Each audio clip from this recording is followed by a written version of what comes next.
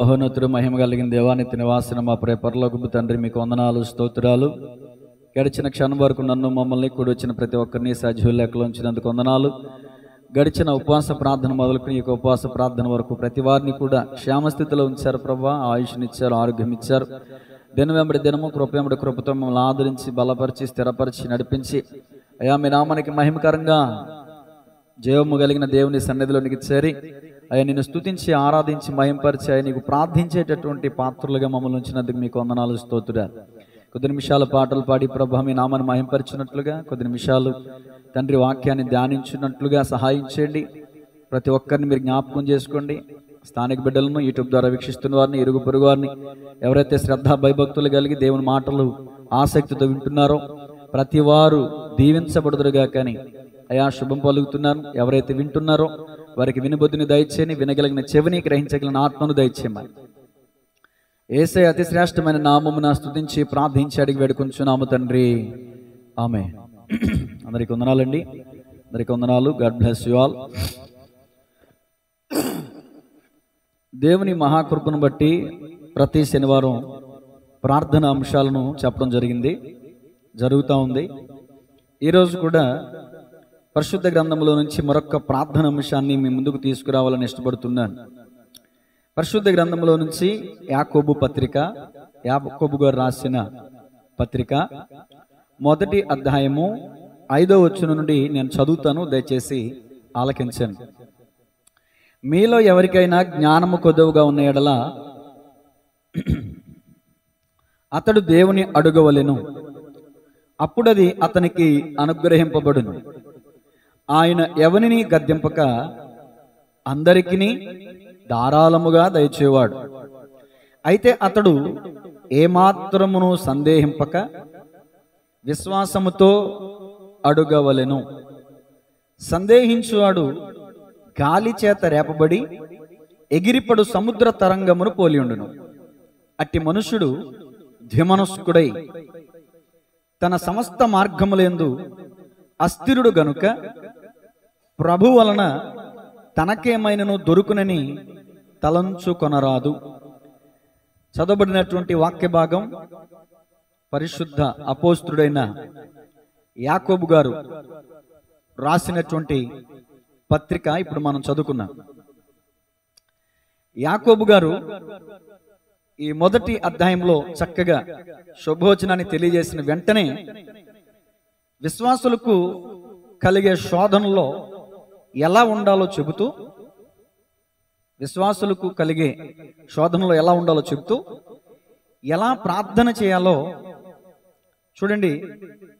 ఈ సందర్భంలో భక్తుడు తెలియజేస్తున్నారు. ఈరోజు అంశం ఏంటంటే విశ్వాస ప్రార్థన. ఈ చదవబడినటువంటి వాక్యాన్ని బట్టి మీ అందరికీ అర్థమయ్యే ఉంటుంది. 5వ వచనం నుంచి 8వ వచనం దాకా నేను చదివాను. మీలో ఎవరికైనా జ్ఞానము కొదువుగా ఉన్న ఎడల అతడు ఎవరిని అడగాలంటండి?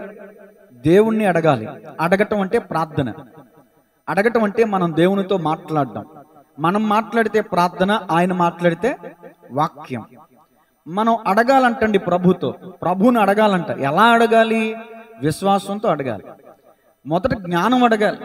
చూడండి, భక్తుడైనటువంటి సొలొమోను మహారాజు స్వప్నంలో దేవుడు ప్రత్యక్షమై నీకేం కావాలి అంటే, అయ్యా నేను బాలుడిని, ఇంత మహా గొప్ప ఇజ్రాయేలు యొక్క సైన్యం, నీ ప్రజలను పరిపాలించడానికి నాకు శక్తి చాలదు, నాకు బుద్ధి చాలదు, నాకు జ్ఞాన వివేకములు దయచేయమని సొలొమోను మహారాజు అడిగారు. అడిగిన ఆ సొలొమోనికి జ్ఞానం మాత్రమే కాక సిరి సంపదలతో పాటు సమస్తాన్ని దేవుడు అనుగ్రహించాడు. ఏమంటే అది అద్భుతమైన విషయం. ఇప్పుడు జ్ఞానం గురించి కాదు నా సబ్జెక్ట్ ఏంటంటే విశ్వాస ప్రార్థన. మీలో ఎవరికైనా జ్ఞానము కొదువుగా ఉన్నడలా అతడు దేవుణ్ణి అడగవలెను. ఏమండి, ఎవరిని గద్దెంపక అందరికీ ఉండదు. చూసారు అక్కడ, అందరికీ. ఆయన పక్షపాతి కాడు. ఎవరు అడిగినా కూడా, ఎవరు ప్రార్థన చేసినా కూడా ఆయన ఖచ్చితంగా తప్పక ఆలకించి వారి ప్రార్థనలకు ఆయన ప్రతిఫలం ఇచ్చే దేవుడు అనే విషయాన్ని ఇక్కడ మనం గమనించాలి. అడిగే వాళ్ళు ఒక విషయం గమనించాలి. ఎలా అడగాలంటే విశ్వాసంతో అడగాలి. ఇక్కడ మరొక మాట ఉంది, సందేహంతో అడగకూడదంట. అందరూ అడుగుతున్నారు కానీ మనం అడగటం, అందరూ ప్రార్థన చేస్తున్నారు కానీ మనం ప్రార్థన చేయటం, అందరూ వెళ్తున్నారు కదా మనం కూడా ఏదో గుడికి ఊసిపోక లేకపోతే ఖాళీగా ఉండే వెళ్ళటం, అలా కాదు. దేవుని దగ్గరికి ఎలా రావాలి అని వాక్యం చెప్తుందంటే, ఆయన యొద్దకు వచ్చువారు ఆయన ఉన్నాడనియు, ఆయనను వెదుకువారికి ఫలము దయచేవాడనియు నమ్మవలెను కదా. అంటే దేవుని దగ్గరికి ఎలా రావాలంటే విశ్వాసంతో రావాలి. ఆయన ఉన్నాడని నమ్మాలి. ఆయన ఏది అడిగినా ఆయన దయచేస్తాడని నమ్మాలి. అదే ఈ వాక్య భాగంలో రాయబడిన సందేశం. సందేహించక అడగాలంటే అండి, సందేహం ఉందనుకోండి, అక్కడ ఒక పదజాలను వాడడం జరిగింది. ఏంటి ఆ పదజాలం అంటే, ద్విమనస్సు గలవాడే. ఒకవేళ ఎవడైనా సందేహంతో అడిగితే, అడిగాను ప్రభు వింటాడంటావా, అడిగాను ప్రభు దయచేస్తాడంటావా, అడిగాను ప్రభుకి నా మీద కనికరం పుడుతుంది అంటావా, అడిగాను పొందుకుంటానో లేదో, సందేహం. చాలా మంది ప్రార్థన చేస్తున్నారే కానీ సందేహం. అందుకని వాక్యం చెప్తుంది, ఎవడైనా ఒకవేళ ప్రభువుని అడిగితే సందేహంతో అడగొద్దు, విశ్వాసంతో అడగాలి. ఒకవేళ సందేహంతో అడిగితే వాళ్ళ గురించి ఏమని రాయబడింది, అట్టి మనుషుడు ద్విమనస్కుడు, 2 మనసులు కలిగిన వాడు. 2 తలల పాము ఎంత డేంజరో, 2 తలల పాము ఎంత డేంజరో, ఈ 2 మనసులు కలిగిన వాడు కూడా అంతే. 2 స్థిరత్వం లేనటువంటి, స్టెబిలిటీ లేనటువంటి వ్యక్తి అన్నమాట. ఎక్కడ కూడా స్థిరత్వం లేనటువంటి వ్యక్తి అన్నమాట. విశ్వాస జీవితంలోనే కానీ, కుటుంబ జీవితంలోనే కానీ, సంఘ జీవితంలోనే కానీ, ఆధ్యాత్మికమైన జీవితంలోనే కానీ ఎక్కడ కూడా స్థిరత్వం అనేది ఉండదు. భక్తిహీనులు కదులుచున్న సముద్రమును పోలి ఉన్నారని సొలొమోను మహారాజు సామెతల గ్రంథంలో రాశారు. కదులుచున్న సముద్రం, తనకి స్థిరత్వం ఉంటుందండి. క్యారెక్టర్లు వస్తూ ఉంటాయి, వెళ్తూ ఉంటాయి, వస్తూ ఉంటాయి. అలాగే చాలా మంది విశ్వాసులు కూడా తయారయ్యారు, భక్తిహీనులుగా తయారయ్యారు. మందిరంలోకి వచ్చి ప్రార్థన చేస్తున్నారే కానీ అనుమానంతో ప్రార్థన చేస్తున్నారు. అనుమానంతో ఏది చేసినా దోషమే. అనుమానంతో ఏది చేసినా అది దోషమే. నేను అంటాను, సందేహముతో, అనుమానంతో జరుగుద్దా జరగదని మీరు ఏ ప్రార్థన చేసినా ఆ ప్రార్థన జరగదు, సఫలం కాదు. మీరు అడిగేది ప్రభు దయచేయాలంటే గనక ఆయన అడుగు వాటి కంటేను, ఊహించు వాటి కంటేను అత్యధికముగా ధారాళముగా దయచేయగలిగిన సామర్థ్యము కలిగిన దేవుడు కాబట్టి ఇవ్వటానికి ఆయనకి శక్తి తక్కువేం కాదు. అడగడానికి నీకే నాకే ఏం లేదు, విశ్వాసం లేదు. ఇవ్వగలిగిన సామర్థ్యుడైన, చేయగలిగిన సామర్థ్యుడైన, ఆయనకి అసాధ్యమైనది ఏదీ లేదు, ఆయనకి సమస్తము సాధ్యమే. ఇది దేవుడు చేయగలడంటావా అని కూడా దేవుని శక్తిని కించపరిచేటటువంటి వాళ్ళు కూడా, అవమానపరిచే వాళ్ళు కూడా లేకపోలేదు. దేవునికి మహిమ కలుగునుగా. ఆయన ఇవ్వగలిగిన సమర్థుడు. అడిగేటటువంటి ధైర్యం, అడిగేటటువంటి విశ్వాసం, అడిగేటటువంటి తెగింపు నీకు ఉండాలి. దేవునికి మహిమ కలుగునుగా. కాబట్టి గమనించాలి, ఈరోజు మనం విశ్వాస ప్రార్థన గురించి మనం ధ్యానం చేస్తున్నాం. విశ్వాస ప్రార్థన. అసలు విశ్వాసం అంటే ఏంటండి? విశ్వాసం అనే పదాన్ని బట్టి మనం ఏం గమనించాలి? విశ్వాసం అనేది ఎలా వస్తుంది అంటే, రోమపత్రిక 10వ అధ్యాయంలో ఉంది. మీ అందరికీ తెలుసు కాబట్టి నేను రెఫరెన్స్లు చదివించట్లేదు. చదివిస్తే ఎక్కువ టైం పట్టేస్తుంది, 1.5 గంట టైం పట్టింది. కాబట్టి నేను చెప్పుకుంటూ వెళ్ళటం వల్ల 45 నిమిషాల లోపే ముగించేస్తాను. మీ అందరికీ తెలిసిన విషయం. విశ్వాసం ఎలా వస్తుందండి? నాకు విశ్వాసం కావాలి అని అంటే ఒక మాట బైబిల్లో రాయబడింది, వినుట వలన విశ్వాసం కలుగును. ఈ మాట నాతో అందరూ చెప్పండి, వినుట వలన విశ్వాసం కలుగును. చాలా మందికి దేవుడు అంటే నమ్మకం లేదు. చాలా మంది దేవుడిని నమ్మరు, దెయ్యాన్ని నమ్మరు. అలాంటి వాళ్ళు నాస్తికులను కూడా పిలుస్తారు. బైబిల్ సెలవిస్తున్నటువంటి నిర్వచనం ఏంటంటే, దేవుడు లేడని బుద్ధిహీనులు తమ హృదయంలో అనుకుంటారంట. అంటే దేవుడు లేడనుకునే వాళ్ళు ఏమై ఉన్నారు? బుద్ధిహీనులు. అంత మాత్రమే కాదు, వారు చెడిపోయిన మనస్సు కలిగిన వారు అని వాక్యం చెప్తారు. దేవుడు ఉన్నాడని నువ్వు నమ్మావంటే ఒక కాస్త మంచోడివే ఆలోచించాలి. దేవుడు లేడనేవాడు బుద్ధిహీనుడు, వాడు చెడిపోయినవాడు. ఎవరండి దేవుడు లేడనేవాడంటే చెడిపోయిన వాడే దేవుడు లేడంటాడు. ఇష్టానుసారంగా మద్యపానం, ఇష్టానుసారంగా పేకాట్లు, ఇష్టానుసారంగా లంచగొనితనం, ఇష్టానుసారంగా పాపంలో బతుకుతూ, పాపంలో పెరుగుతూ, పాపంలో జీవించేవాడికి దేవుడేం కనిపిస్తాడు? అంతే కదండి. దేవుడికి కనిపించాలంటే ఒక ప్రాసెస్ ఉంది. ఏంటి ఆ ప్రాసెస్? కొండలెక్కాలా, మొక్కులు మొక్కోవాలా, తలనీలాలు ఇవ్వాలా, మరేం చేయాలి? దేవుని దర్శనం కోసం చాలా మంది తపస్సులు చేస్తారు. దేవుణ్ణి చూడాలని చాలా మంది ప్రార్థనలు చేస్తారు, యజ్ఞాలు చేస్తారు, ఏమిటో రకరకాల ప్రయత్నాలు చేస్తారు. కానీ పరిశుద్ధ గ్రంథంలో ఒక చిన్న మాటను మిస్ అయిపోతున్నారు. కొండలెక్కితేనో, తలనీలాలు ఇస్తేనో, లేకపోతే ఇంకో పాదయాత్ర చేస్తేనో దేవుడు కనిపిస్తాడని బైబిల్లో ఎక్కడ లేదు. ఒకవేళ ఎక్కడన్నా ఉంటే అది మీ ఇష్టం, నాకు తెలియదు. కానీ బైబిల్ చెప్తున్న నిర్వచనం ఏంటంటే, ఎవరు దేవుని చూడగలుగుతారంటే ధనవంతులు చూడగలుగుతారు అని బైబిల్లో లేదు. మేడ మిద్దెలు కట్టిన వాళ్ళు, ఉద్యోగస్తులు, లక్షాది కోటేశ్వరులకి దేవుడు ప్రత్యక్షం అవుతాడు అని బైబిల్లో ఎక్కడ లేదు. పేదవాళ్ళకి దేవుడు ప్రత్యక్షం అవుతాడు అని ఎక్కడ బైబిల్లో లేదు. మరి ఎవరికంటే దేవుడు ప్రత్యక్షం అవుతాడు అంటే, హృదయ శుద్ధి గలవారు ధన్యులు, వారు దేవుణ్ణి చూచేదారు. అపవిత్రులు, చెడిపోయిన వాళ్ళు, పాపంలో జీవించే వాళ్ళకి దేవుడు కనిపించడు. దేవుడు అర్థం కాడు. దేవుడు అర్థం కాడు. చాలా మంది అల్లరి ఆశలు వేస్తూ దేవుణ్ణి మహింపరుస్తూను అనుకుంటారు. అసలు బైబిల్ ఏం చెప్తుంది తెలుసండి? దేవుడు అల్లరికి కర్త కాడు. ఆయన పరిశుద్ధుడు, ఆయనలో ఏ పాపం లేదు. చాలా మంది గోల చేస్తూ, ఈలలు వేస్తూ, కేకలు వేస్తూ, అర్ధ నగ్నముతో డాన్సులు వేస్తూ, లేకపోతే ఇష్టానుసరమైన పాటలు పెట్టేసి, ఇష్టానుసరమైన డాన్సులు చేసేసి దేవునికి అంటున్నారు. నాకు ఒకటి గుర్తొస్తుంది. నిర్గమాకాండం 34వ అధ్యాయంలో మోషే కొండెక్కుతాడు, దిగటానికి ఆలస్యమైంది. ప్రజలందరూ తొందరపడిపోయి అహరోన్ దగ్గరికి వెళ్ళి, అంటే మోషే అన్న దగ్గరికి వెళ్ళి, మోషే అనువాడేమయ్యాడో మాకు తెలియదు, నీవు మా అందరికి దేవుని తయారు చేయంటే, వీళ్ళందరూ చెవులి ముక్కులు అన్నీ తీసుకుని అహరోన్ దూడ బొమ్మను చేస్తాడు. అక్కడ ఏమంటాడంటే, యెహోవాకి పండగ అని అంటాడు. ఎవరికి పండగ? పేరేమో దేవుడి పేరు, కానీ ఎవరిని ఆరాధిస్తున్నారు? అక్కడ ఒక దూడను ఆరాధిస్తున్నారు. దూడ జంతువు దేవుడు కాదు. అంతే కదండి. అందుకనే రోమాపత్రికలో పౌలు గారు అంటారు, దేవుని యొక్క స్వరూపాన్ని చతుష్పాద పక్షుల యొక్కయు పురుగుల యొక్కయు ప్రతిమా స్వరూపంగా మార్చేశారంట పనికి మాలిన వాళ్ళు. అహరోను గారు నేను అంటలేదు కానండి, అహరోను గారు ఇజ్రాయేలీలకు భయపడి అక్కడ దూడబొమ్మను చేశాడు. కానీ చాలా మంది ఇజ్రాయేలీలేనండి. యెరోబాము రాజు కూడా 2 దూడబొమ్మలు చేసి, ఎక్కడ రాజ్యం తన చేతుల్లోంచి వెళ్ళిపోద్దేమో అని. వీళ్ళందరూ అపవిత్రులు, వీళ్ళకి దేవుడు అర్థం కాల. దేవుడిని నమ్మక, దేవుని యందు విశ్వాసం ఉంచక దేవుడు లేడని చెప్తారు. అసలు దేవుడు లేడని చెప్పేవాడు బుద్ధిహీనుడు. వాడు చెడిపోయిన మనసు గలవాడు, చెడిపోయిన కార్యాలు చేస్తాడు. చెడిపోయిన కార్యాలు చేసి దేవుణ్ణి గణపరుస్తున్నానని చెబుతూ దేవుణ్ణి అవమానపరుస్తాడండి ఇతను. దేవునికి స్తోత్రం చెప్పండి గట్టిగా. కాబట్టి నా మొట్టమొదటి మాట ఏంటంటే, విశ్వాసము లేకుండా దేవునికి ఇష్టుడై ఉండుట అసాధ్యం. అది మ్యాటర్. దేవునికి ఇష్టలుగా ఉండాలి మనం, దేవుని మహింపరిచేవారుగా ఉండాలి మనం, దేవుణ్ణి గణపరిచేవారుగా ఉండాలి మనం. ఏదో పై పెదవులతో కూడిన ప్రార్థన చేస్తున్నామంటే కాదండి, విశ్వాసంతో ప్రార్థన చేయాలి. చాలా మంది అడుగుతారు, అయ్యా నేను కొన్ని సంవత్సరాలుగా ప్రార్థన చేస్తున్నాను, కానీ నా ప్రార్థన దేవుడి చెవుల్లోకి వెళ్తలేదు, చెవులు ఏమైనా మూసేసుకున్నాడేమో దేవుడు అనుకుంటారు పాపం. కానీ అడగటంలో తేడా ఉందని తెలియట్లా, అడగటంలో నువ్వు సరిగ్గా అడగట్లేదని తెలియట్లా. సందేహించగడగాలి. నీ సంతోషం సంపూర్ణమగునట్లు అడుగుడి కదండి. అడుగు ప్రతివాడును పొందుకుంటాడు. పక్కోడికి దేవుడు నెరవేరుస్తున్నాడు, నీకు నెరవేర్చట్లేదంటే కారణం ఏంటి? దేవుడు పక్షపాతం గలవాడా? కాదు. వాడు సరిగ్గా విశ్వాసం ఉంచి ప్రార్థన చేశాడు, నువ్వు నేను సరిగ్గా విశ్వాసం ఉంచి ప్రార్థన చేయలేకపోతున్నాం. మనకి విశ్వాసం అనేది లోపంగా ఉంది. ఏమంటే, నేను విశ్వాసపు లోతుల్లోకి వెళ్లే ముందు ఉపోద్ఘాతాన్ని చెప్పనివ్వండి. విశ్వాసము అనేటటువంటి ఒక పదానికి ఎన్ని అక్షరాలు ఉన్నాయి?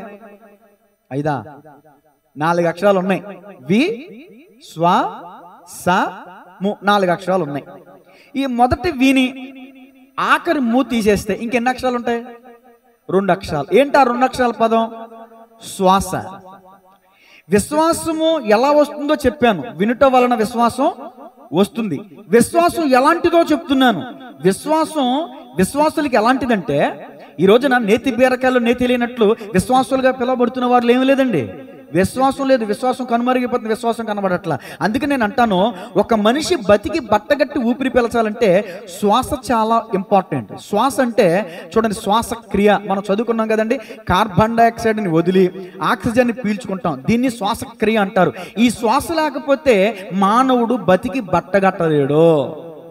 మేము చదువుకున్న దినాల్లో హై స్కూల్లో కొంతమంది కార్లు వేసుకొచ్చారు, మమ్మల్ని అందరినీ చెట్టు కింద కూర్చోబెట్టారు, హాస్పిటల్ వేసి కూర్చున్నాం. వాళ్ళందరూ వచ్చి బోర్డు మీద కొన్ని విషయాలు చెప్పి, తర్వాత ఆఖరిలో వాళ్ళు చెప్పిన మాట ఏంటంటే, కళ్ళు మూయండి, ముక్కు మూసుకోండి, శ్వాస తీసుకోండి, శ్వాస పీల్చుకోండి, శ్వాస విడిచిపెట్టండి అని ఒకే ఒక మాట చెప్తున్నారు. ఒకే ఒక మాట ఏంటంటే, ఆ మాట శ్వాస మీద మీ ధ్యాస, శ్వాస మీద మీ ధ్యాస. ఇక ఇంతే. చాలాసేపు చేసాం, కానీ దేవుడు కనిపించలా.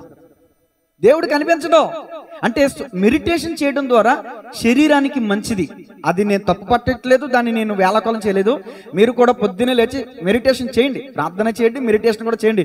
కాస్త ప్రశాంతతను తెచ్చుకుంటాం. దేవునికి స్తోత్రం కలుగునుగా. ఏ అప్పులు, టెన్షన్లు, రోగాలు, ఒత్తులు తెచ్చుకోకుండా ప్రశాంతంగా పీస్ఫుల్గా ఉదయం చీకటి ఉండగానే లేచి మనం మెడిటేషన్ చేస్తే మన ఆరోగ్యానికి మంచిది. ప్రార్థన చేస్తే మన ఆత్మకు మంచిది. మెడిటేషన్ చేస్తే శరీరానికి మంచిది, ప్రార్థన చేస్తే మన ఆత్మీయ జీవితానికి మంచిది. శ్వాస మీద మీ ధ్యాస. చివరి వరకు అదే మాట చెప్పారు, కానీ ధ్యాస పెట్టాం కానీ మాకేం అర్థం కాల. వాళ్ళు కూడా ఏం చెప్పకుండా వెళ్ళిపోయారు. వాళ్ళు కనుక ఇప్పుడు నాకు కనిపిస్తే, అప్పుడు నాకు తెలియదు ఈ విషయం, వాళ్ళు కనుక ఇప్పుడు నాకు కనిపిస్తే ఇప్పుడు నేను వాళ్ళకి ఒక సమాధానం చెప్పగలను. వాళ్ళు లేరు కాబట్టి ఉన్న మీకు సమాధానం చెప్పినవాళ్ళు. చూడండి, బైబిల్ గ్రంథం తీయండి, యోబు గ్రంథం. శ్వాస మీద మీ ధ్యాస. ఏంటి శ్వాసలో ఏముంది? యోబు గ్రంథం 27వ అధ్యాయము 2వ వచనం చూడండి. అసలు అద్భుతమైనటువంటి మాట. శ్వాస మీద మీ ధ్యాస అని చెప్పేసి వెళ్ళిపోయారు, కానీ ఆ శ్వాసలో ఎవరున్నారు అనే విషయాన్ని చెప్పలేదండి వాళ్ళు. యోబు గారు అంటారు 27వ అధ్యాయం 2వ వచనం చదువుతున్నా చూడండి. నా ఊపిరి ఇంకను నాలో పూర్ణముగా ఉండుటను బట్టి, నా ఊపిరి ఇంకను నాలో పూర్ణముగా ఉండుటను బట్టి దేవుని ఆత్మ, చాలా జాగ్రత్తగా వినాలండి, దేవుని ఆత్మ నా నాసికారంధ్రములలో ఉండుటను బట్టి. ఇప్పుడు నా వైపు చూడండి. ఇప్పుడు మన నాసికారంధ్రంలో ఏముంది? గాలి ఉంది. చెప్పండి, ఏమవుతుంది? ముక్కలోంచి గాలి వస్తుంది. మనం ఉత్తి గాలి అనుకుంటాం. చాలా మంది గాలిని దేవుడు అంటారు. దాన్ని క్షమించాలి, వాయుదేవుడు అంటారు కదండి. నేను విమర్శించట్లేదు సుమా, దయచేసి అర్థం అవడం కోసం చెప్తున్నా. అది ఒక కోణంలో రైటే. గాలి దేవుడు కాదు, వాయువు దేవుడు కాదు. కానీ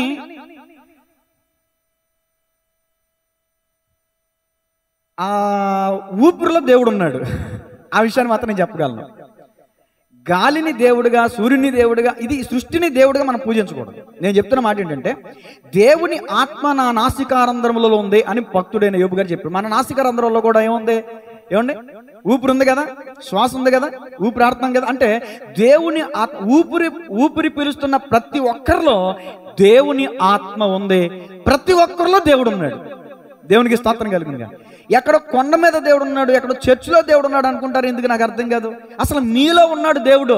దేవునికి మహిమ కలుగునుగా. ఇంకా ఎగ్జాంపుల్ చెప్పమంటారా? ఏదేను తోటలో ఆదికాండ గ్రంథంలో ఏమండి, మనం మొట్టమొదటి అధ్యాయాలు చూస్తే మట్టిని తీసుకుని దేవుడు ఒక మనిషి రూపాన్ని చేసి, ఆ మనిషి రూపం చేసిన తర్వాత నరుని నాసికారంధ్రములలో దేవుడు ఏం ఊదాడు? జీవవాయువును ఊదగా నరుడు జీవాత్మ అయ్యాడు. నరుడికి ప్రాణం లేదు, ఊపిరి లేదు, బొమ్మ మొత్తం శరీరం అమర్చబడింది, కదలక లేదు. దేవుడు ఏం చేశాడంటే ఆ ముక్కు దగ్గరికి వచ్చి దేవుడు ఆయన ఊపిరిని వదలగా ఆ ఊపిరి, దేవుని ఊపిరి నాసికారంధ్రంలో నుంచి నరాల్లోకి, ఈ యొక్క గుండెల్లోకి వెళ్ళి వీటంతట్లోకి ప్రసరించి ఈ మొత్తం కదలిక అనేది రావడం జరిగింది. అది నరుని ఆత్మ యెహోవా పెట్టిన దీపం అని వాక్యం చెప్తుంది. అందుకనే దేవునికి స్తోత్రం చెప్పండి. ఇక్కడ ఇప్పుడు నేను అంటాను, శ్వాస మీద మీ ధ్యాస. వాళ్ళు చెప్పలేకపోయారు, కానీ బైబిల్ చెప్తుంది. శ్వాసలో ఎవరున్నారు ఇప్పుడు చెప్పండి మీరు? దేవుడు ఉన్నాడండి, దేవుని ఆత్మ. శ్వాస అంటే ఇంకేంటో కదా, దేవుని ఆత్మ. దేవునికి మహిమ కలుగును గాక. సరే, విశ్వాసం అంటే ఏంటో చెప్పాను, విశ్వాసం ఎలా వస్తుందో చెప్పాను. ఏమండి, ఇప్పుడు దేవుని వద్దకు ఎలా రావాలో చెప్పాను. మరొక మాట చూడండి, విశ్వాసం అంటే ఇంకొక మాట చెప్తాను. హెబ్రీ పత్రిక 11:1 తర్వాత నేను సబ్జెక్ట్లోకి వెళ్తాను. ఇప్పుడు ఉపోద్ఘాతం మాత్రం చెప్తున్నా. హెబ్రీ పత్రిక 11:1. అసలు విశ్వాసం అంటే ఏంటి? కనబడుతుంది, చూసి నమ్మటం కాదు విశ్వాసం అంటే. చదవమ్మా. విశ్వాసమనున్నది నిరీక్షింపబడు వాటి యొక్క నిజస్వరూపమును అదృశ్యమైనవి ఉన్నవనుటకు రుజువునై ఉన్నది. విశ్వాసం అంటే, ఇప్పుడు ఇక్కడ ఫ్యాన్ ఉంది, మీరు నమ్ముతున్నారండి? ఇక్కడ ఫ్యాన్ ఉన్నట్టు నమ్ముతున్నారు లేదా? ఇది విశ్వాసం కాదు. ఇక్కడ నేను మనిషిని కనబడుతున్నాను, మనం నమ్ముతున్నారా నేను ఇక్కడ ఉన్నానని? నమ్ముతున్నా. ఇది విశ్వాసం కాదు. అదృశ్యమైనవి ఉన్నవని నమ్ముటకు రుజువై ఉన్నది విశ్వాసం. ఇప్పుడు దేవుడు కనబడుతున్నాడా? కనబడట్లా, అదృశ్యుడై ఉన్నాడు. మనం నమ్ముతున్నామా లేదా? అది విశ్వాసం అంటే.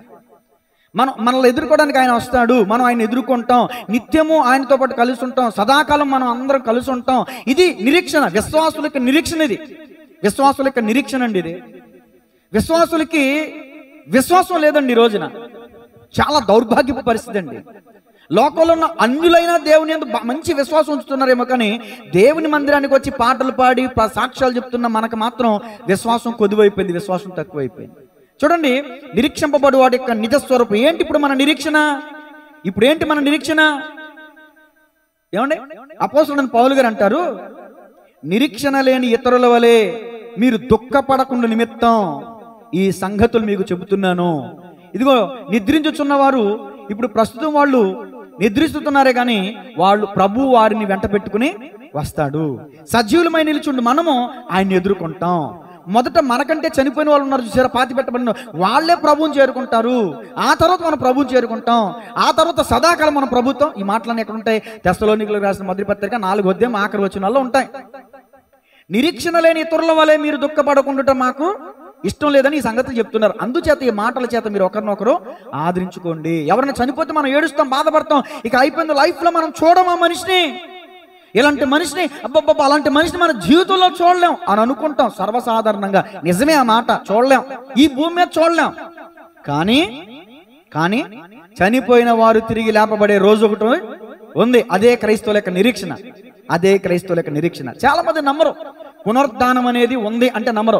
ఇప్పుడు చచ్చిపోయి అంటే మనుషులు పిల్లిలాగా పుడతారంట, కుక్కలాగా పుడతారంట, నక్కలాగా పుడతారంట. ఇవి కొంతమంది విశ్వాసం. నేను వ్యంగ్యంగా మాట్లాడుతున్నాను అనుకోవద్దు, విమర్శించట్లేదు, అది వాళ్ళ విశ్వాసం.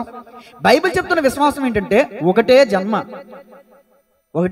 మానవ జన్మ ఒకటే జన్మ. పుట్టామా, పుట్టినవాడు గిట్టక మానడు, పుట్టాం, చచ్చిపోయాం, పాతి పెట్టబడ్డాం, క్రీస్తు యొక్క రెండవ రాకడలో మరలా లేపబడతాం, ఇక సదాకాలం ప్రభుత్వం ఉంటాం. అంతే తప్ప మనిషికి 7 జన్మలు ఉన్నాయంట, 7 దేశాల్లో పుడతాడు, ఎట్లా ఇవన్నీ మనుషుల యొక్క కల్పితాలు. దేవుని స్తోత్రం చెప్పండి గట్టిగా. ఇప్పుడు మరలా చెప్తున్నాను, విశ్వాస ప్రార్థన మన అంశం. విశ్వాసం ఎలా వస్తుంది, విశ్వాసం అంటే ఏంటి, ఏమండి? ఇంతవరకు ఈ విషయాలను చెప్పడం జరిగింది.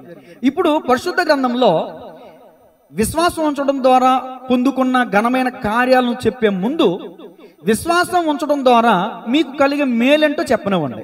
విశ్వాసం ఉంచడం ద్వారా దేవుని నమ్మటం ద్వారా మాకేం ఒరిగిందండి? దేవుణ్ణి నమ్ముకుని 10 ఏళ్ళు అయింది, అదే పూరు గుడిసే. దేవుణ్ణి నమ్ముకుని 20 ఏళ్ళు అయింది, అదే పేదరికం, అయ్యే అప్పులు, అయ్యే రోగాలు అంటారండి చాలా మంది. నేను అంటాను, రోగాలు తగ్గిపోవడానికి, అప్పులు పోవడానికి, లేకపోతే ఈ లోకంలో ఏదో సంపాదించడానికి నువ్వు దేవుణ్ణి నమ్ముకున్నావంటే, అందుకనే పౌలు గారు అంటారు, ఈ లోకంలో మట్టుకు దేవుణ్ణి నమ్ముకున్న వారమైతే అది వెర్రితనం అంటాడండి పౌలు గారు. అది బుద్ధిహీనత అండి. డబ్బు కావాలంటే కష్టపడుకోవాలండి, కూలి పనికి వెళ్తే డబ్బులు వస్తాయి, హాస్పిటల్కి వెళ్తే టాబ్లెట్లు వేసుకుంటే ఆరోగ్యం వస్తుంది. అర్థమవుతుందండి?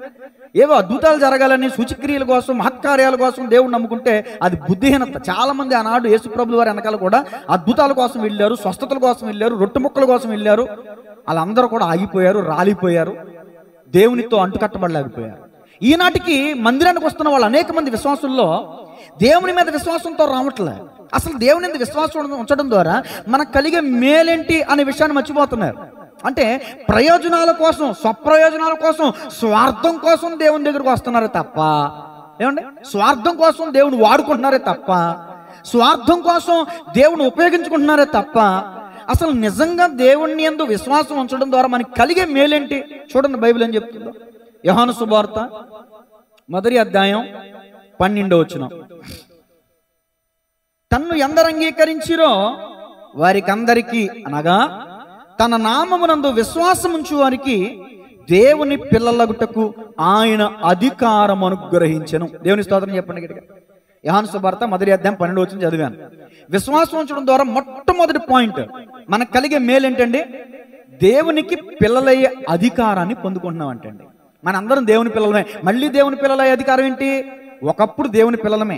తల్లి గర్భంలో ఆయనే రూపించాడు, మట్టి నుంచి మనిషిని నిర్మించిన వాడు ఆయనే, నరుని నాసికారంధ్రంలో జీవ ఆయన ఊదినవాడు ఆయనే, ఒకరి నుంచి ఆ నరుని నుంచి పక్కటెముక తీసి నారీగా చేసింది ఆయనే, ఆ ఇద్దరిని జతపరిచింది ఆయనే, ఏదైనా తోటలో మొదటి వివాహం చేసింది ఆయనే, ఆ ఇద్దరు నుంచే సర్వ మానవాళి వచ్చారు అనేది సత్యం.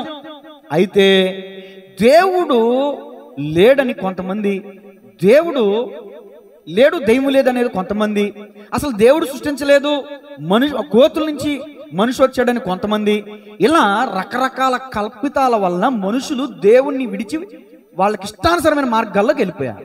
అర్థమవుతుందండి? దేవుని చేజారిపోయాం మనం. కాబట్టి ఇప్పుడు దేవుని యందు విశ్వాసం ఉంచడం ద్వారా మరొక్క తరం దేవుడు మనకు అవకాశం ఇస్తున్నాడు.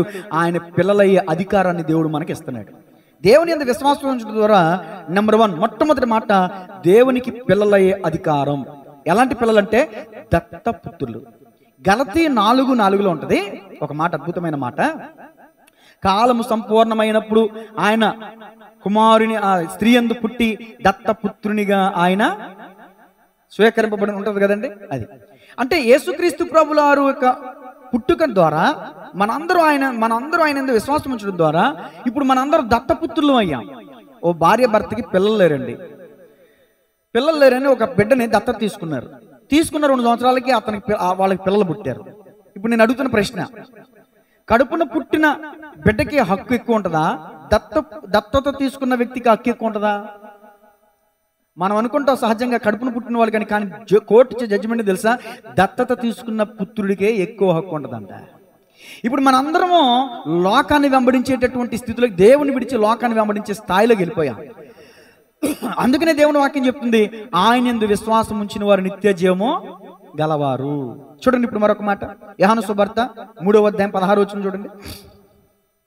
దేవుడు లోకముని ఎంతో ప్రేమించెను కాగా ఆయన తన అద్వితీయ కుమారునిగా పుట్టిన వాని యందు విశ్వాసం ఉంచు ప్రతివాడు, చూడండి, విశ్వాసం ఉంచు ప్రతివాడు నశింపక అంటే ప్రతి ఆత్మకి నాశనం అనేది ఉంది, నరకం అనేది ఉంది, అగ్నిగుండం అనేది ఉంది. ఆ ఆత్మలో ఆ నరకంలో ఆత్మ పడిపోకుండా ఉండాలంటే బ్రతుకుండగానే మనం దేవుని యందు విశ్వాసం ఉంచాలి. దేవుడు ఉన్నాడని నమ్మాలి.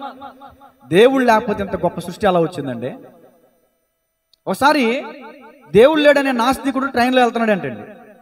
ఆ ట్రైన్లో వెళ్తున్నటువంటి వ్యక్తికి థామస్ అల్వా ఎడిసన్ కనిపించారంట. థామస్ అల్వా ఎడిసన్ ఆ వ్యక్తి ఆ శాస్త్రవేత్త అని ఇతనికి తెలియదు.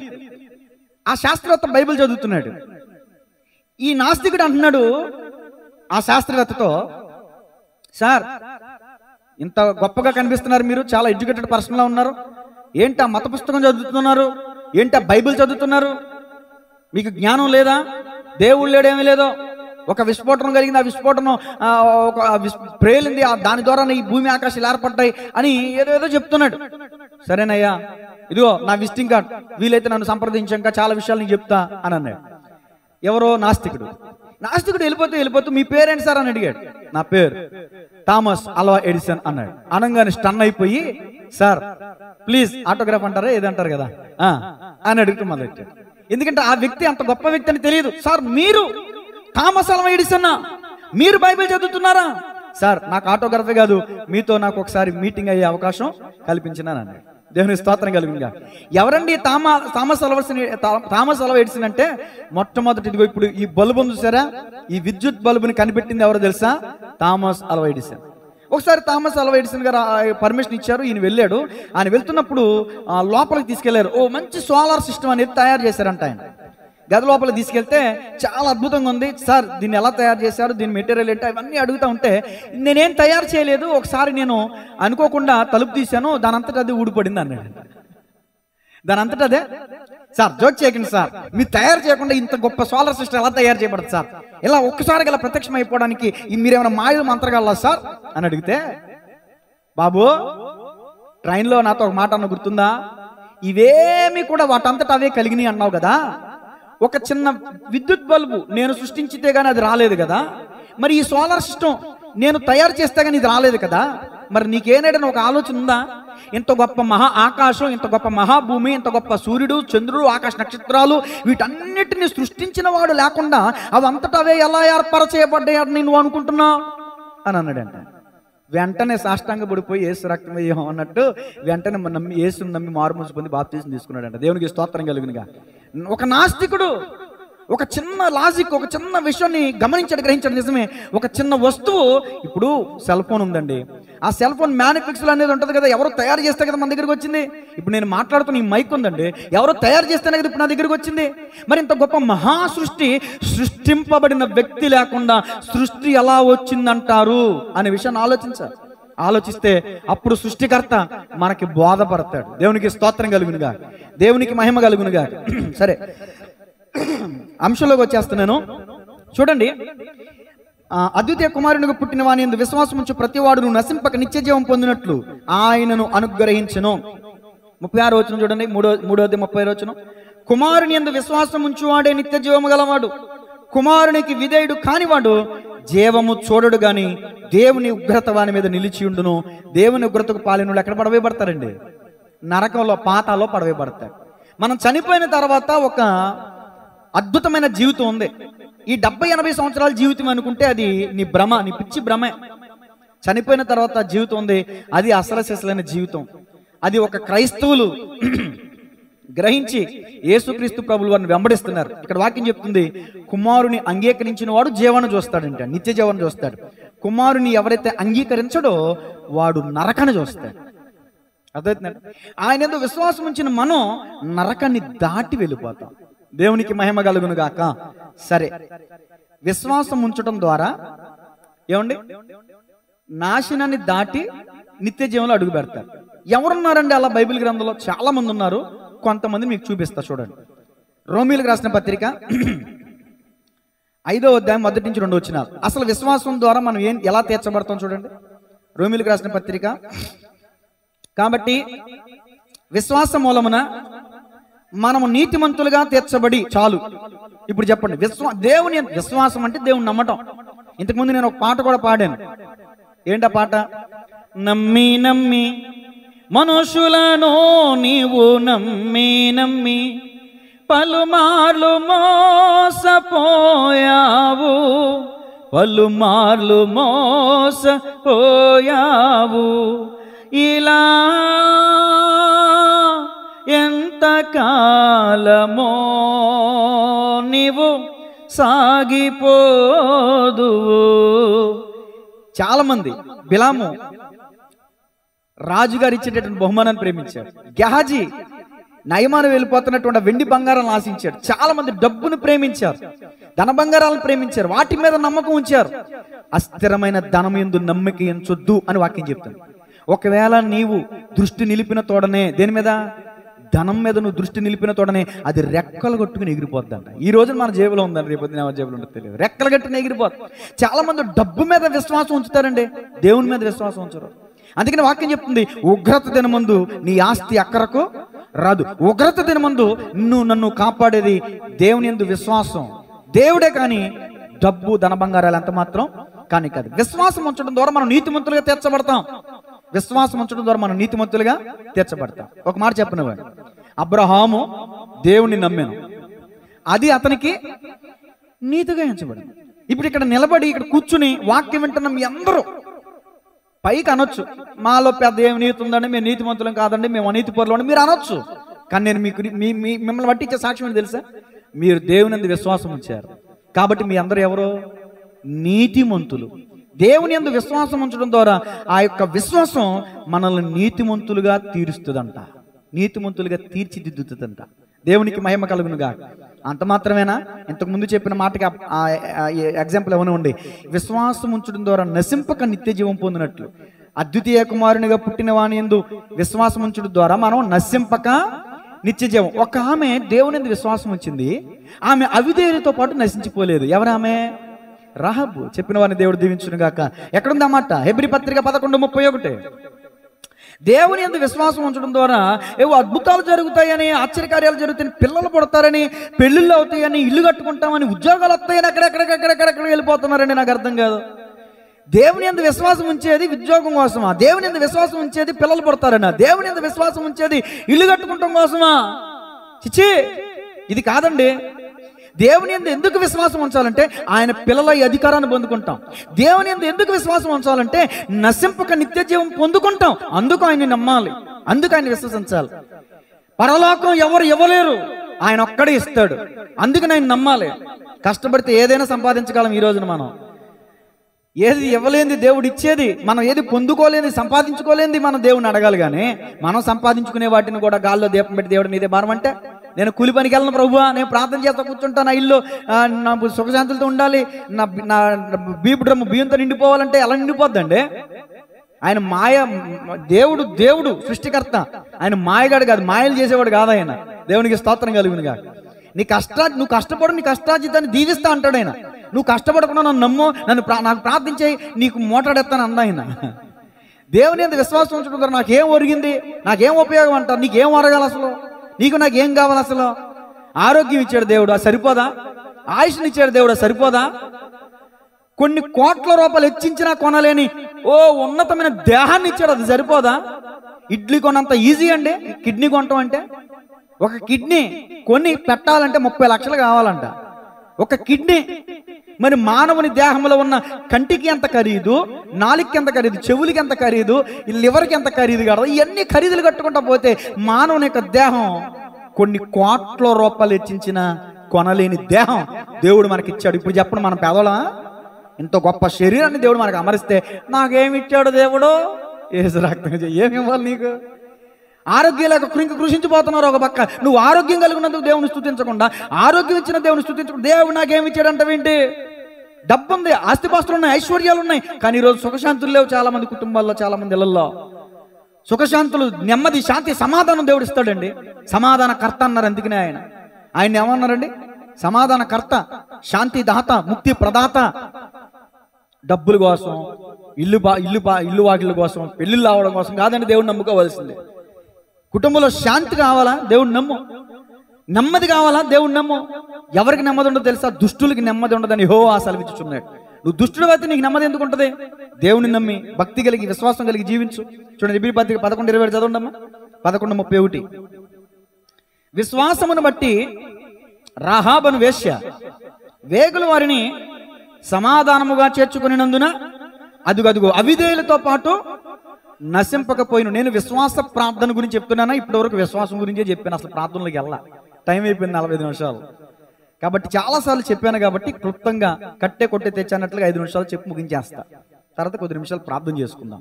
విశ్వాసం గురించి చెప్పాను, ఇప్పుడు 45 నిమిషాలు విశ్వాసం గురించి చెప్పడం అయిపోయింది. విశ్వాసం ఎలా వస్తుంది, విశ్వాసం అంటే ఏంటి, ఆ దేవుని ఎద్దకు వచ్చేవారు ఎలా రావాలి, విశ్వాసం ఉంచడం ద్వారా మనకు కలిగే మేలేంటి, మనం పొందుకునే అర్హత ఏంటి, విశ్వాసం పొందుకోవడం ద్వారా నాశనకరమైన నరకం నుంచి మనం ఎలా తప్పించబడతాం, ఈ విషయాలన్నీ చెప్పడం జరిగింది. చూడండి, ఇప్పుడు విశ్వాసం వల్ల ఎవరెవరు బలం పొందుకున్నారు, విశ్వాసం వల్ల ఎవరెవరు ఏమేమి పొందుకున్నారో టూకీగా చెప్పేస్తా. అబ్రహాం గారు ఉన్నారండి. అబ్రహాముకి 100 ఏళ్ళు వచ్చినాయి, శారా గారికి 90 ఏళ్ళు వచ్చినాయి. 90 సంవత్సరాల వయసులో ప్రెగ్నెంట్ అవడం అంటే మాట్లాడండి. 90 సంవత్సరాలు వచ్చిన తర్వాత గర్భసంచి ఏమంటే ముడతలు పడిపోయి ఉంటుంది, శరీరం ముడతలు పడిపోయి ఉంటుంది. 90 సంవత్సరాల శారా, 100 సంవత్సరాల అబ్రహాం, వారిద్దరిని దేవుడు ఆశీర్వదించాడు. ముందు చెప్పాను, అబ్రహాము దేవుణ్ణి నమ్మాడు అంటే దేవుని విశ్వాసం ఉంచాడు. విశ్వాసము ద్వారా ఏమయ్యాడో తెలుసా? అబ్రహాము వృద్ధాప్యంలోకి వచ్చిన బలం పొందుకున్నాడు అంటే. ఎక్కడుందా మాట చూడండి, రోమపత్రిక 4:18. రోమపత్రిక 4:18 చక్కగా ఎగ్జాంపుల్ ఎవిడెన్స్ కూడా ఇచ్చేస్తున్నాను మీకు. రోమపత్రిక 4:18. నీ సంతానం ఇలాగుండునని చెప్పిన దానిని బట్టి తాను అనేక జనములకు తండ్రి ఎగినట్లు నిరీక్షణకు ఆధారము లేనప్పుడు అతడు నిరీక్షణ కలిగి నమ్మెను. మరియు అతడు విశ్వాసమునందు, చూడండి, విశ్వాసం నీకేం చేస్తా చూడు, బలాన్ని తీసుకొస్తుంది. దేవుని యందు విశ్వాసం ఉంచడం ద్వారా బలహీనమైన నీవు బలపరచబడతావు.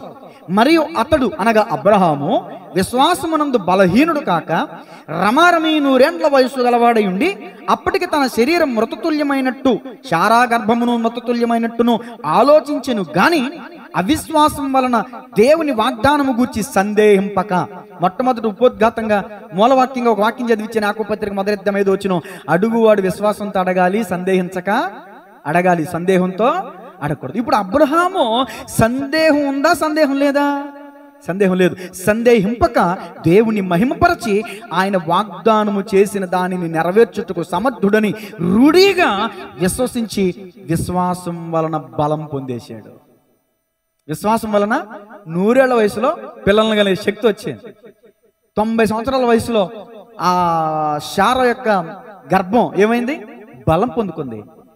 వారిద్దరిని దేవుడు దీవించాడు. శారా ఓ చక్కని 12 బిడ్డకి జన్మనిచ్చింది. శారా ఆ బిడ్డకి పేరు పెట్టింది ఇస్సాకు అని. ఇస్సాకు అనే మాటకి అర్థం నవ్వు అని అర్థం. అంటే ఆమె నోట దేవుడు ఏం కలగజేశాడు? నవ్వు కలగజేశాడు. విశ్వాసం ఉంచడం ద్వారా అబ్రహాం బలపరచబడ్డాడు. విశ్వాసం ఉంచడం ద్వారా శారా బలపరచబడింది. అసాధ్యము కాని వయసులో సాధ్యము కలిగిన కార్యం దేవుడు చేశాడు. ఈరోజు నీ కుటుంబంలో, నీ జీవితంలో, నీ వ్యాపారంలో, నీ ఉద్యోగంలో అసాధ్యమైనది ఏదైనా ఉందా? అలాంటి అసాధ్యమైనదాన్ని నువ్వు ఏదైనా ఫేస్ చేస్తున్నావా? చాలా ఇబ్బంది పడుతున్నావా? చాలా నిందలు పడుతున్నావా? పెళ్ళయింది 80 సంవత్సరాలు, పెళ్ళైన 70 సంవత్సరాల వరకు వీళ్ళకి పిల్లలు లేరు. ఎన్ని మాటలో, ఎన్ని నిందలో, ఎన్ని అవమానాలు. ఈ మాటలు వింటున్నటువంటి మీ జీవితాల్లో, మీ కుటుంబాల్లో కూడా ఇలాంటి పరిస్థితులు మీ కుటుంబంలో ఉంటే నేను అంటాను, దేవుని యందు విశ్వాసం ఉంచండి. అక్కడెక్కడికి వెళ్తే ఫ్రూట్స్ ఇస్తున్నారు, అక్కడెక్కడికి వెళ్తే పిల్లలు పడుతున్నారంట, ఇవి కాదు మీరు చేయాల్సింది.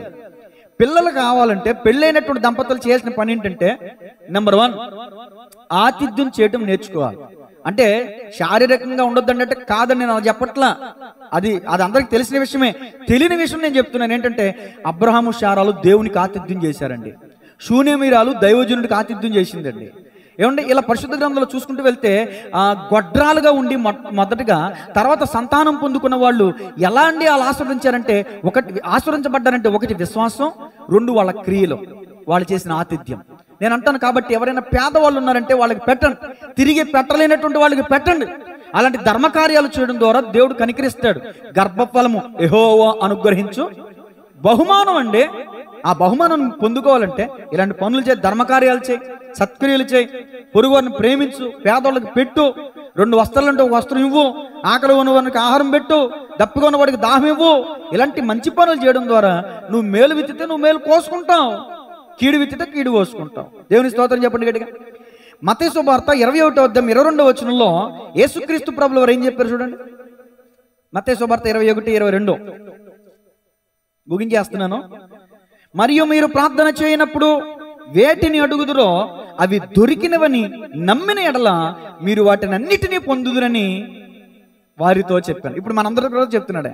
ఇప్పుడు ఏదో మనం ప్రార్థన చేసాం, పిల్లలు ఇప్పుడు ఈ రోజు నుంచి ఎగ్జామ్స్ జరుగుతున్నాయి కదండి, ఎగ్జామ్స్ గురించి ప్రార్థన చేస్తున్నాం, వాళ్ళు కూడా ప్రార్థన చేసుకుంటున్నారు. పిల్లల కోసం ప్రార్థన చేసే తల్లిదండ్రులు, ఏమంటే భార్య కోసం ప్రార్థన చేసే భర్త, భర్త కోసం భార్య చేసే ప్రార్థన చేసే భార్య, రకరకాల ప్రార్థనలు.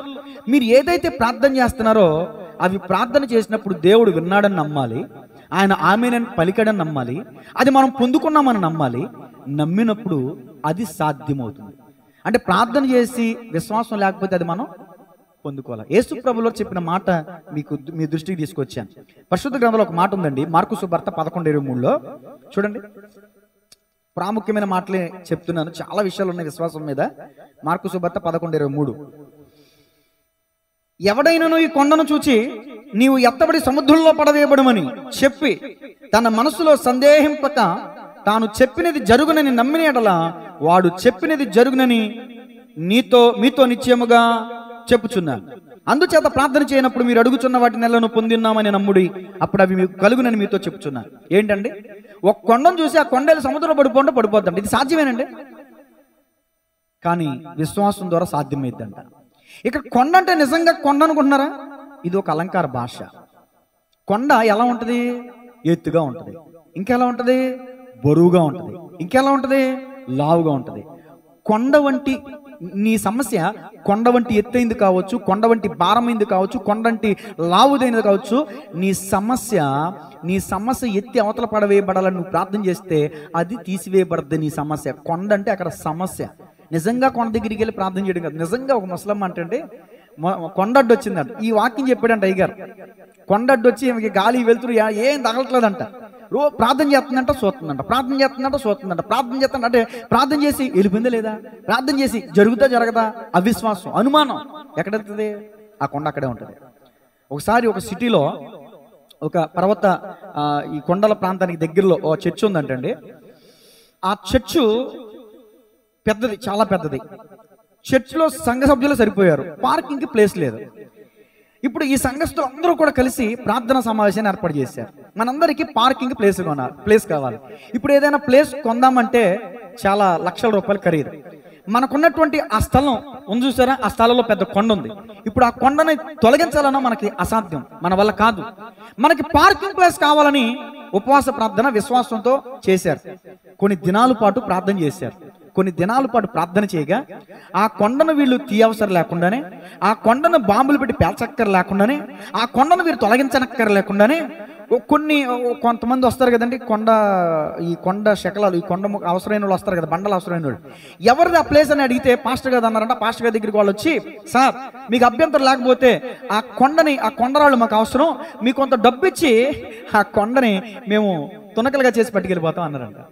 అసలు ఆ కొండను తునకలు చేసి పక్కన ఆడేయడానికి వీళ్ళకి డబ్బులు అవుతాయి అని కూర్చున్నారు వీళ్ళు ప్రార్థనలో. పైగా వచ్చిన వాళ్ళు ఏమన్నారు, మీకు కొంత డబ్బు ఇచ్చి ఆ కొండను మేము మొక్కలు చేసుకుని మేము పట్టుకెళ్ళిపోతాం, త్వరగా చేసేయండి అయ్యా, మీకు స్తోత్రం రక్తంగా చేయమన్నారంట. కొంత డబ్బులు తీసుకున్నారు. డబ్బులు తీసుకున్నాక ఆ కొండను మొక్కలు చేశారు. ఆ కొండ మొక్కల రాళ్ళని పట్టుకెళ్ళిపోయారు. వాళ్ళు ఇచ్చిన డబ్బుతో పార్కింగ్ ప్లేస్ని ఏర్పాటు చేసుకున్నారు. గట్టిగా చప్పట్లు కొడితే అని మహింపడతాం. సంఘం విశ్వాసం నుంచి ప్రార్థన చేయడం ద్వారా కొండ నిజంగా అవతలకి వెళ్ళిపోయింది. అవతలకి వెళ్ళారా? వీళ్ళేం చేయలేదు, విశ్వాసం నుంచి ప్రార్థన చేశారు. నేను అంటాను, కొండ వంటి సమస్య నువ్వు జీవితంలో ఎదుర్కొంటున్నావేమో, విశ్వాసం నుంచి ప్రభు సన్నిధిలో ప్రార్థన చేయి, ఖచ్చితంగా ఆ కార్యాన్ని మనం పొందుకుంటాం. ఇలా విశ్వాసం నుంచి చాలా మంది పొందుకున్నారు. 3 నిమిషాలు ముగించేస్తాం. ఓ తల్లి ఉందండి, ఆమె పేరు రాయబడలేదు కానీ కనాను స్త్రీ అని చెప్పారు. ఆ కనాను స్త్రీ అనబడిన ఆమె కూతురికి దెయ్యం పట్టింది. దెయ్యం పడితే చాలా చోట్లకి తిప్పింది. ఎక్కడికి వెళ్ళినా ఇవన్నీ తాయితలు కట్టినా ఎక్కడ తీసుకెళ్ళి అక్కడ దెయ్యం వదిలిపోతలే. యేసు ప్రభు దగ్గరికి యేసు ప్రభు దగ్గరికి వెళ్ళింది. ఆయన శిష్యులు చూశారు ముందు. ఆయన వెంట పడుతుంటే ఆయన శిష్యులు అంటున్నారు, ఆయన నీ వైపు చూడటం కూడా చూడలేదు, నువ్వు ఎందుకు అలా కేకలేస్తున్నావు అని అన్నారు. యేసు ప్రభులు వారు చూడకపోయినా కూడా ఈమె కేకలేస్తుంది. విశ్వాసంతో ఆమె యేసు ప్రభు దగ్గరికి వెళ్ళింది.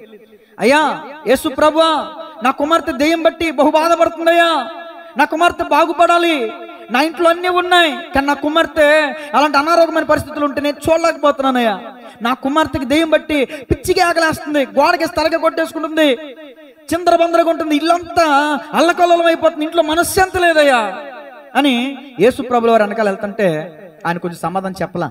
శిష్యులు అంటారు, ఆమె అలా కేకలేస్తుందిగా, కొంచెం సమాధానం చెప్పి వెళ్ళిపోమనొచ్చుగా అని అన్నారు. కానీ వాళ్ళు కూడా ధైర్యం చెప్పలా. సరే ఆ విషయం పక్కన పెడితే ఆమెకి యేసు ప్రభుల వారికి డిస్కషన్ జరిగింది. యేసు ప్రభుల వారు ఏమన్నారంటే, అమ్మా, నశించుచున్న ఇజ్రాయేలు యొద్దకు నేను పంపబడితిని కానీ మరి ఎవరి దగ్గరికి నేను పంపబడలేదు.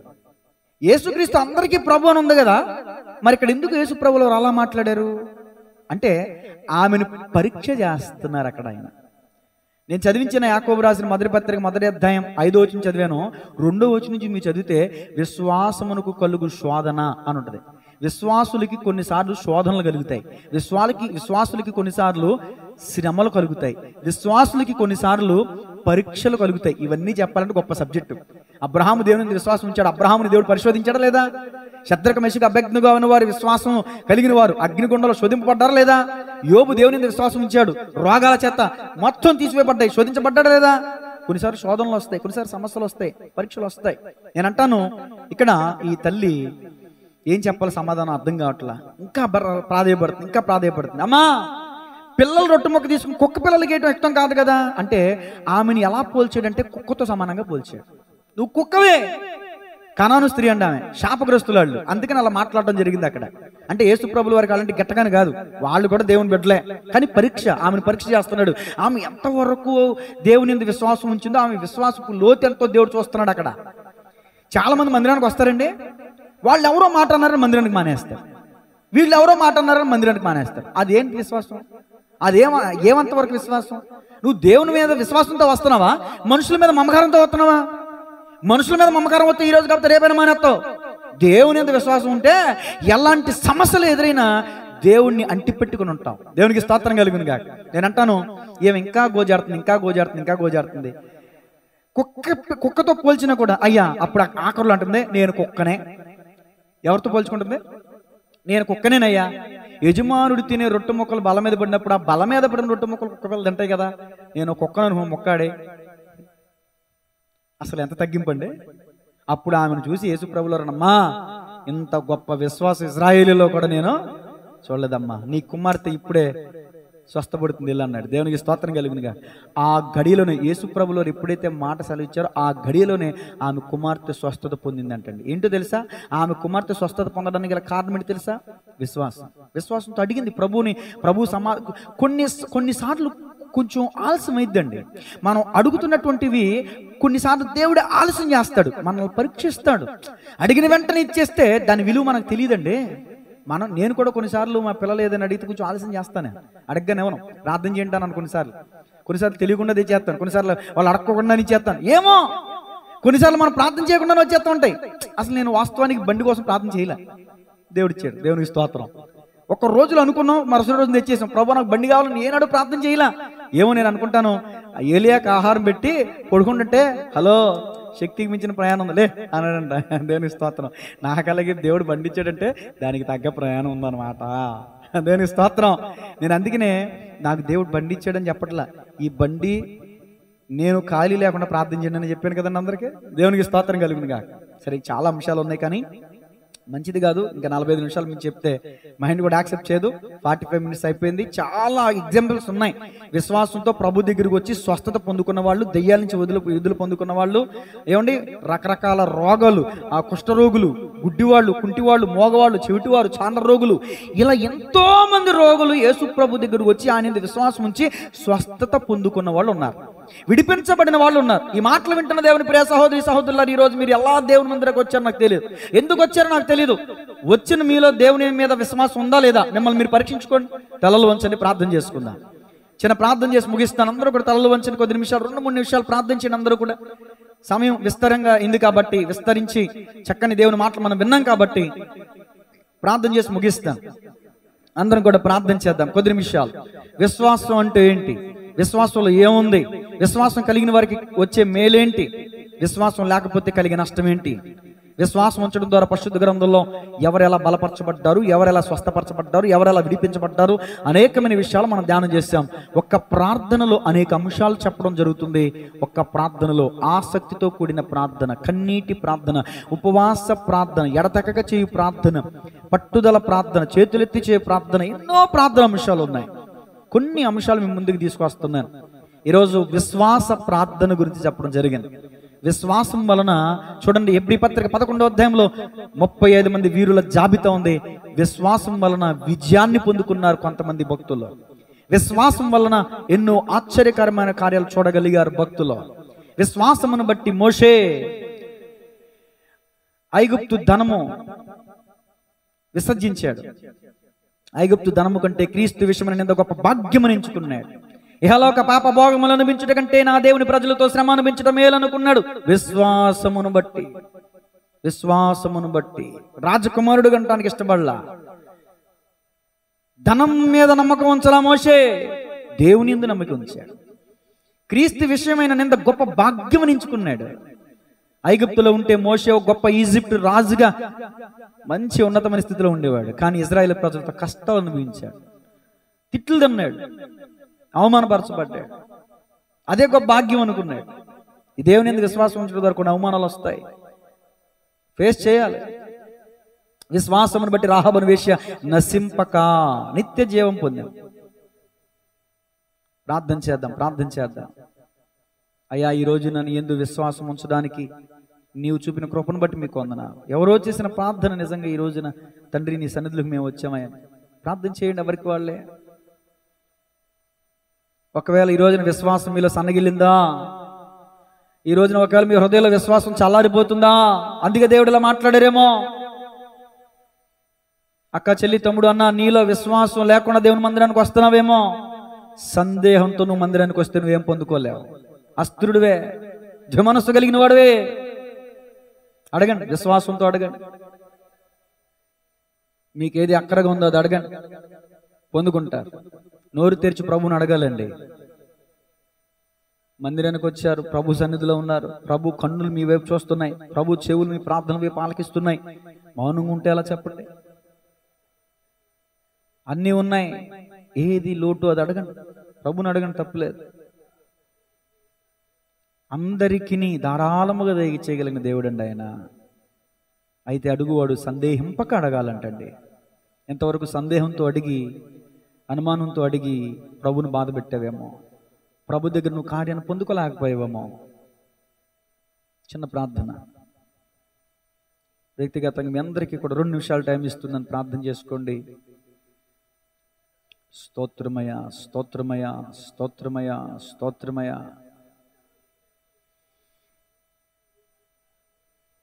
విశ్వాసము లేకుండా దేవునికి ఇష్టుడైయుండుట అసాధ్యమే. విశ్వాసము లేకుండా దేవునికి ఇష్టుడైయుండుట అసాధ్యమే. విశ్వాసము ద్వారా పరిశుద్ధులెందరో రాజ్యాల్ని జయించినారు. రాజ్యాలను జయించారండి, శోధనలు జయించారండి, అగ్ని బలాన్ని చల్లార్చారండి, సింహాల నోళ్లను మోయించారండి. ఆనాటి భక్తులు విశ్వాసము ద్వారా ప్రార్థన చేస్తే సింహాల నోళ్లు మూతబడ్డాయి. అగ్ని బలం చల్లారిపోయింది, అగ్ని కూడా ఏసీలో మారిపోయింది. అగ్నిలో పడేశారు విశ్వాసుల్ని, కాలి తగలిపోయారేమో అనుకున్నాడు రాజు. 4వ వ్యక్తిగా దేవుడు వారి మధ్యలో ఉండి అగ్ని వాసనేనా అంటనీయకుండా అగ్ని ఏడంతలై మండుచుండినను,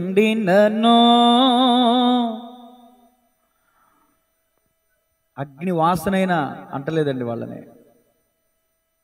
విశ్వాసం అది, రక్షించబడ్డారు. ఈ రోజున అగ్ని వంటి శోధనలో పడవేయబడ్డావేమో నీవు. విశ్వాసం కలిగి ప్రార్థన చేయి, శ్రమలో దేవుడు నీకు తోడే ఉంటాడు. శద్రక్ మెషక్ అబేద్నెగోను అని రక్షించిన దేవుడు, దానియేలును రక్షించిన దేవుడు నిన్ను రక్షించడా? రాహాబును రక్షించిన దేవుడు నిన్ను రక్షించడా? అబ్రహాము కుటుంబంలో కార్యం చేసిన దేవుడు నీ కార్యం చేయడా? కనాను కుమార్తెను స్వస్థపరిచిన దేవుడు నీ బిడ్డను స్వస్థపరచడా? ఆరోగ్య ప్రదాత ఆయన పొందిన దెబ్బల చేత మనకు స్వస్థత కలుగుతుంది. మనిషి శరీరంలో ఉన్న అవయవాల కొరకు ఆయన ఒక్కొక్క అవయవం కొరకు ఒక్కొక్క దెబ్బ తిన్నాడు. ఆయన 39 దెబ్బలు తిన్నాడు. ఆయన ఒకటి దక్కు 40 దెబ్బలు తిన్నాడు. ఆయన 5 గాయాలను పొందాడు. ఆయన తల మీద ముళ్ళ కిరీటం పెట్టబడింది ఆయనకి. స్వస్థత కోసమా? దేనికోసం ఈ ప్రార్థన? కుటుంబంలో సమాధానం కోసమా? దేనికోసం? ప్రార్థన చేయండి విశ్వాసంతో.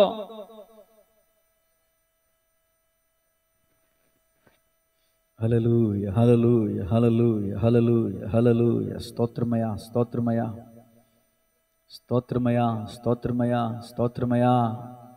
విశ్వాసము ద్వారా దేవునికి పిల్లలయ్యే అధికారం, విశ్వాసము ద్వారా నశింపక నిత్య జీవం, విశ్వాసము ద్వారా నీతిమంతులుగా తీర్చబడతాం, విశ్వాసము ద్వారా గొప్ప కార్యాలను చూడగలుగుతాం. నువ్వు దేవునికి ఇష్టడుగా ఉండాలంటే విశ్వాసమే. నమ్మకం, దేవుని నమ్మాలి, దేవుని నమ్మాలండి. మనుషులను కాదు నమ్మాల్సింది, డబ్బు కాదు నమ్మాల్సింది, ఆస్తి పాస్తులు కాదు నమ్మాల్సింది. వాళ్ళే బళ్ళే వాళ్ళు. ఈ రోజున అన్నీ ఉన్న స్థితి రేపొద్దున ఎలా ఉంటుందో మనకు తెలీదు. రెప్పపాటులో ఒక్క క్షణంలో తారుమారైపోవచ్చు మన జీవితం, చెప్పలేం. కూర్చుని తినే కుబేరుడైన రేపొద్దున పేదోడైపోవచ్చు, చెప్పలేం. స్తోత్రం, స్తోత్రం. ప్రార్థన. మహాపరిశుద్ధుడు, మహోన్నతుడు, మహిమ కలిగిన దేవాని నివాసం మా ప్రియ పరలోకపు తండ్రి, మీకు వందనాలు. ఈరోజు విశ్వాసము ప్రార్థన, విశ్వాస ప్రార్థన గురించి ధ్యానించడానికి మీరు చూపిన కృపను బట్టి మీకు వందనాలు. యవన బిడ్డలు వచ్చారు అయ్యా, పెద్దవారు వచ్చారు, చిన్నవాళ్ళు వచ్చారు. బిడ్డలందరూ కూడా శ్రద్ధాశక్తి కలిగి మాటలు విన్నారు. యూట్యూబ్ ద్వారా వీక్షిస్తున్న వారు కూడా విన్నారు, ఇరుగు పొరుగు వారు విన్నారు. ఎవరైతే విన్నారో వారికి విశ్వాసం దయచేయండి. ఇంతవరకు దేవుడంటే భక్తి లేదేమో, దేవుడంటే భయం లేదేమో, దేవుడంటే నమ్మకం లేదేమో, ఈరోజు ఈ మాటల ద్వారానైనా విశ్వాసం వారి హృదయంలో పుట్టడానికి సహాయం చేయండి. నీ యందు విశ్వాసం ఉంచి పెదాలు విప్పి ప్రార్థించేటటువంటి కృప దయచేయండి. విజ్ఞాపన చేయు ప్రార్థనాత్మను ప్రతి ఒక్కరికి దయచేయండి. ఇంతవరకు నీ బిడ్డలు విశ్వాసము సన్నగిల్లిందని ఎవరైతే విశ్వాసం కొరకు ప్రార్థించారో, అయ్యా నీ ఎడల నిత్యము నేను విశ్వాసం కలిగి ఉండాలి ప్రభు అని ఎవరైతే ప్రార్థన చేశారో వారందరినీ మీరు కనికరించండి, కృప దయచేయండి. అయ్యా నీపై విశ్వాసం ఉంచి ఎవని మనసు ఆయన పైన ఆనుకునునో వానిని పూర్ణ శాంతి గలవానిగా కాపాడుదు అని వాక్యం సెలవిస్తుంది ప్రభువా. ఇక మీదట డబ్బు మీద, ఇక మీదట ఆస్తిపాస్తుల మీద, ఇక మీద మనుషుల మీద, స్నేహితుల మీద కాదు నాయన మా నమ్మకం, నీపైనే మా నమ్మకం. అయ్యా నిన్నే నమ్మేవారు ఉంటానికి సహాయం చేయండి. మనుషులు నమ్మి ఎన్నోసార్లు మోసపోయాం ప్రభువా. నిన్ను నమ్మి మోసపోయిన వాళ్ళు, నిన్ను నమ్మి భిక్షమెత్తిన వాళ్ళు ఎవరు లేరు ప్రభువా. ఈరోజు ఈ మాటల ద్వారా కృపగల తండ్రి, నాకు, నా ఆత్మీయ బిడ్డలకు, సంఘ బిడ్డలందరికీ, నా ప్రాంత ప్రజలకు, నా దేశ ప్రజలకి మీరంటే విశ్వాసం కలిగి ఉండటానికి సహాయం చేయండి. మిమ్మల్ని ద్వేషిస్తున్న ప్రతి నోరు ఒకానొక దినాన్ని నిన్ను స్తుతించే నోరుగా మార్చబడాలి. ఈ రోజున తండ్రి నిన్ను తండ్రి తోలనాడే నోరు ఏదైతే ఉందో ఒకానొక రోజున సాక్ష్యం చెప్పే నోళ్ళుగా మారిపోవాలి. అటు కృప దయచేయండి ఆయన. మా సంఘంలో, కుటుంబాల్లో ఎంతోమంది బలహీనులు ఉన్నారు. నరాల బలహీనత, కండరాల సమస్య, అయ్యా కిడ్నీ సమస్యలతో, లివర్ సమస్యలతో, గుండె సమస్యలతో, BP, sugar, blood infection, migraine, ఇలా రకరకాల రోగాలతో రకరకాల వ్యాధులతో పీడింపబడుతున్న వారు ఉన్నారు. వారందరి కొరకు ప్రార్థన చేస్తున్నాను. యేసయ్యా, నీ రక్తాన్ని వారిపై ప్రోక్షింపచేయమని ప్రార్థిస్తున్నాను. యేసు నామములో ప్రతి వారిపై ఆయన పరిశుద్ధ రక్తం ప్రోక్షింపబడునుగాక, ఆరోగ్యం కలుగునుగాక. ప్రభు సహాయించండి, మీ కృపతో జ్ఞాపకం చేసుకున్నామని యేసయ్య నామములో ప్రార్థించి అడిగి వేడుకొంచున్నాము తండ్రి, ఆమేన్. తండ్రి అయిన దేవుని ప్రేమ, కుమారుడైన యేసుక్రీస్తు ప్రభుల యొక్క కృప, ఆదరణకర్త అయిన పరిశుద్ధాత్మనికను సహవాసం, కూడి వచ్చిన బిడ్డలకును సకల కోటి పరిశుద్ధులకును సదాకాలము తోడు నడిపించి బలపరిచి స్థిరపరచునుగాక. God bless you all.